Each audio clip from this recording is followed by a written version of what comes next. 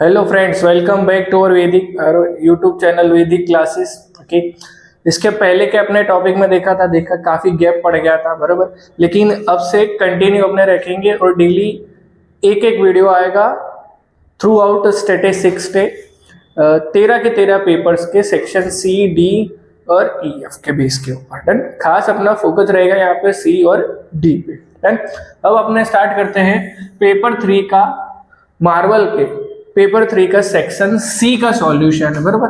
तो question number 31 है, obviously chapter 1 से आएगा। मैंने पहले के वीडियो में बताया गया है कि सेक्शन सी का first question always chapter number 1 से रहेगा। तो फर्स्ट क्वेश्चन का टॉपिक है वो why Fisher's index number is ideal index number, या फिर यस टॉपिक है ये why Fisher's index number is ideal index number. तो फर्स्ट स्टार्ट करते हैं। देखो, इसमें टोटल 4 पॉइंट है। First point, the quantities of both year current and year base year are taken in competition, बराबर। मतलब फीसर इंडेक्स नंबर जब भी अपने फाइंड करते हैं तो दोनों चीजें इंक्लूड होती है, करंट ईयर भी इंक्लूड होता है और बेस ईयर भी इंक्लूड होता है।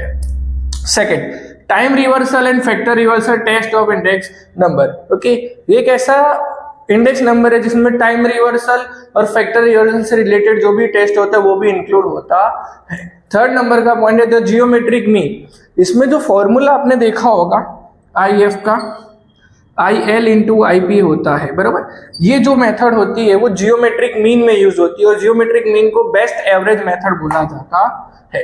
ओके, और द फोर्थ वन है फ्री फ्रॉम बाइस। उसमें जो भी टाइप के जो भी टॉपिक रहेगा, बराबर, इंडेक्स नंबर के बेस में, उसमें क्या होता है, फ्री फ्रॉम बाइस होता है। ये टोटल आपके कितने पॉइंट हुए? 4 पॉइंट है based on faeces index number को क्यों अपने आइडियल इंडेक्स नंबर बोलते हैं। 32 नंबर का क्वेश्चन है वो है properties of correlation coefficient, chapter 2 का रहेगा। ओके, और पेपर 3 में ज्यादातर आपको थियरी के क्वेश्चंस मिल रहे हैं सेक्शन सी में। देन 32 है the properties of correlation coefficient, r की वैल्यू वाला सम है।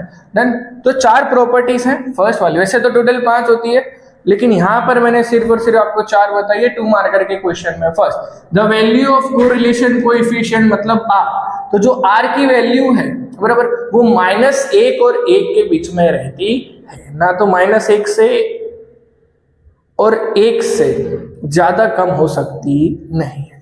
सेकेंड नंबर का पॉइंट है फ्री फ्रॉम मेजरमेंट। इसमें कोई टाइप का मेजरमेंट नहीं आता, मतलब अगर केजी को कन्वर्ट करो ग्राम में, मीटर, किलोमीटर, लीटर, ऐसा कुछ भी इसमें रहता नहीं, फ्री फ्रॉम मेजरमेंट होता है। थर्ड नंबर का point, the value of r between variable x and y is same as one of the between y and x. मतलब एक्स एंड वाई लिखो या वाई एंड एक्स लिखो, दोनों की value तुम्हारी क्या रहेगी? सेम।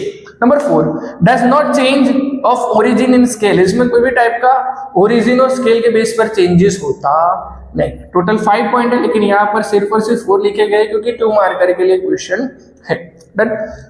थर्ड क्वेश्चन नंबर 33 जो है वो आपका चैप्टर नंबर 3 का है। टॉपिक है बी की वैल्यू है, आर की वैल्यू है, standard of deviation of x and standard deviation of y अपने को फाइंड करना है, बराबर।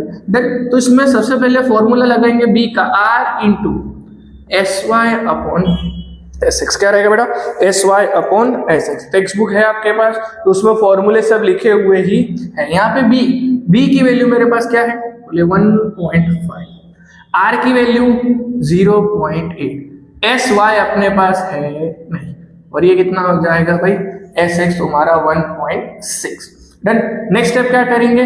तो सिंपल सी बात है, 0.8 से और इसको आप कैंसिल कर दो तो डायरेक्ट 2 आ जाएगा। तो 1.5 is equal to sy upon 2।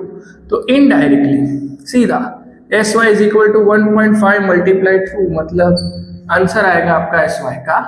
That's it. बस इतना छोटा सा क्वेश्चन था, बेस्ड ऑन चैप्टर 3 था। ओके, ध्यान से देखते हैं। नेक्स्ट टॉपिक अब अपना क्या आता है उस पर फोकस करते हैं। Question number 34, merits of moving average to measure trend. Chapter 4 का क्वेश्चन है, measure of moving average. Okay, moving average में बोला 4 yearly moving average, 3 yearly, 5 yearly, उसके बेस पर सम आते हैं। अब यहाँ पर इसमें थियरी पूछी गई है तो गिन के 2 मेरिट्स है बस सिर्फ और सिर्फ 2। ध्यान रखते हैं पहली वाली the calculation easy to understand. अब सीधी सी बात है, उसमें ईयरली का टोटल होता है, सबका प्लस करके डिवाइड देना है, मतलब इसकी जो कैलकुलेशन है वो काफी इजी मानी जाती है। सेकेंड वाला है the effect of short term component is eliminate to a large extend using moving average. मतलब जो छोटे छोटे short term base of component होते हैं बराबर, वो इजीली रिमूव कर दिए जाते हैं, और जब लार्ज कंपोनेंट होते हैं तो लार्ज कंपोनेंट के लिए मूविंग एवरेज सबसे बेस्ट माना जाता है। डन। अभी तक अपनों ने देखा क्वेश्चन नंबर 31, 32, 33, 34, ओके, जो टोटली बेस्ड ऑन थे पार्ट 1। अब यहां से आगे आपका आएगा part 2, question number 35। Question number 35 है कि write down the characteristic of random experiment. Okay, तो कैरेक्टरिस्टिक देखते हैं। फर्स्ट वाली कैरेक्टरिस्टिक क्या है? First, can be independently repeated under identical condition. Okay, कुछ ऐसे कंडीशंस होती है उसमें आप रैंडम एक्सपेरिमेंट को रिपीट कर सकते हो, सब में नहीं होता है। खास करके आपको यहाँ देखे रखा होगा आइडेंटिकल कंडीशंस होती है, वहीं अप्लाई हो सकता है, सब में वो चीजें रहेगी नहीं। सेकेंड वाला है कि can not be predict outcome before conducting experiment. Experiment किए बिना कोई भी आउटकम वहां पर मिल सकता नहीं है। मतलब ये सीधा सीधा कह रहे हैं कि रैंडम एक्सपेरिमेंट मस्ट रिक्वायर्ड है, उसके बिना पॉसिबिलिटी है। थर्ड वाला, the random experiment results into certain outcome. Okay, तो डेफिनेटली जो रैंडम एक्सपेरिमेंट है वो सीधा का सीधा कन्वर्ट करके देता है अपने को रिजल्ट्स के अंदर। 3 ही है, बहुत इजी है रैंडम एक्सपेरिमेंट। देखो लर्न करना रहेगा। सेक्शन सी में सम के कंपेयर में ये लोग थियरी का वेटेज ज्यादा रखते हैं। ओके, तो खास थियरी आपको जो भी एक भी मिस करनी रही है। टोटल रहेंगे सेक्शन सी में, मैंने आपको पहले वीडियो में भी बताया था कि आपको एनी 7 क्वेश्चंस करने हैं। एनी 7 में से अब आप फर्स्ट डिसाइड कर लेना है कि कौन से 7 करने हैं। क्वेश्चन नंबर 36 जो है वो आपका चैप्टर नंबर 2 का है, पार्ट 2 का। For the binomial distribution the probability of success is double. तो P is equal to probability of success, Q is equal to probability of failure. Done. यहाँ पे लिखा है probability of success is double than the probability of, मतलब P is equal to 2Q, double बोला है ना, तो P is equal to 2Q लिख सकते हैं। N की वैल्यू 4 है और वेरियांस निकालने को बोला है। क्या निकालने को बोला है? वेरियांस। और वेरियांस मतलब NPQ लिख लेता हूं पहले मैं इधर। डन। चलो, तो आपने देखा होगा P plus Q is equal to 1 होता है। P की वैल्यू क्या है? 2Q plus Q is equal to 1। तो ये क्या हो जाएगा? 3Q is equal to 1। अब Q के साथ 3 मल्टीप्लाई में इधर आएगा तो डिवाइड। तो यहाँ Q की वैल्यू मिल गई मेरे को 1/3। P की वैल्यू उसके बेस पे निकाल लेते हैं। 2 मल्टीप्लाई 1/3 मतलब 2/3। डन। अब अपने को निकालना है वेरियांस। वेरियांस का फॉर्मूला होता है NPQ, मतलब 4 मल्टीप्लाई 2/3 और multiply 1/3। 4 2s 8, 3 3s 9। That's the value of variance. Next है question number 37, explain x tend to a। अब ध्यान रखना, इसमें 2 टाइप के क्वेश्चंस पूछते हैं। पहला x टेंड्स टू a, और a की जगह कभी कभी 0 के बेस पर भी पूछ ले। तो सुन लेते हैं क्या है इसका मतलब, पहले ये देख लेते हैं फिर अपने वे में उसको समझते हैं। If the value of variable x is brought very close to a, very close to a number a by increasing or decreasing its value, then it can be said that x tend to a। कहने का ये मतलब है कि जो value variable x की है अपने क्लोज टू a, मतलब a के एकदम पास में आ सकती है लेकिन a के बराबर हो सकती नहीं। सिंपल भाषा में यहाँ पे लिखा है value is very close to a but not equal to a। अब इसकी जगह 0 में पूछते हैं तो 0 में सेम लिखने का, खाली a की जगह जो डबल इन्वर्टेड कॉमा में लिखा है वहां आपको 0 लिख देने का। कहने का ये मतलब है कि x की वैल्यू में मैं कोई भी चेंज करूं, इंक्रीज करूं कि डिक्रीज करूं, वो a के आसपास इंक्रीज या डिक्रीज में आ सकती है लेकिन a के इक्वल में आ सकती है नहीं। It is denoted by x tends to a। और ये जो एरो की साइन बोलते हैं इसको बोलते हैं टेंड्स टू। ध्यान रखना ये चीज का, बराबर यहाँ पर लिखा हुआ ही है।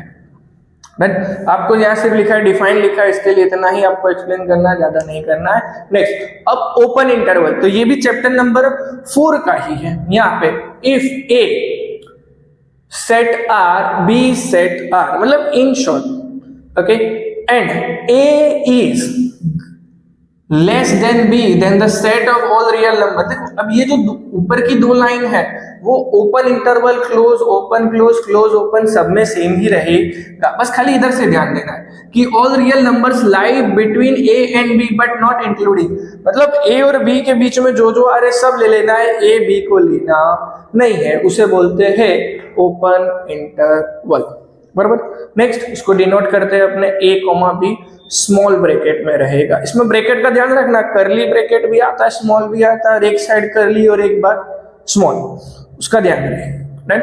फिर से समझते हैं, ये जो ऊपर की दो लाइन है, एक ए वाली और एक ये सब में सेम जाएगी, उसका खास ध्यान रखना रहेगा आपको। नेक्स्ट आता है इलास्टिसिटी ऑफ डिमांड, ये चैप्टर नंबर 5 का क्वेश्चन है। इसमें भी बोला डिफाइन, तो the ratio of percentage change in the demand of a commodity due to percentage change in its price is called elasticity of demand. कहने का ये मतलब है कि जो परसेंटेज चेंज होता है डिमांड में, तो उसके प्राइस में भी परसेंटेज का क्या होगा, चेंज होगा, उसको अपने सिंपल भाषा में बोलते हैं इलास्टिसिटी ऑफ डिमांड। देखो डेफिनेशन तो आपको याद रखनी, बट इसका जो यहाँ पे मैंने फॉर्मूला लिखा है -p/x मल्टीप्लाई dx/dt, ये 1 मार्क करके एमसीक्यू में भी बहुत ज्यादा जरूरी है, बहुत ध्यान से उसको देखना रहेगा। डन। तो ये आप लोग के क्वेश्चन नंबर 36 to 39 है। यहाँ पर पेपर 3 का सेक्शन सी फिनिश होता है। अगले वीडियो में अपने देखेंगे पेपर 4 का सेक्शन सी। Thank you.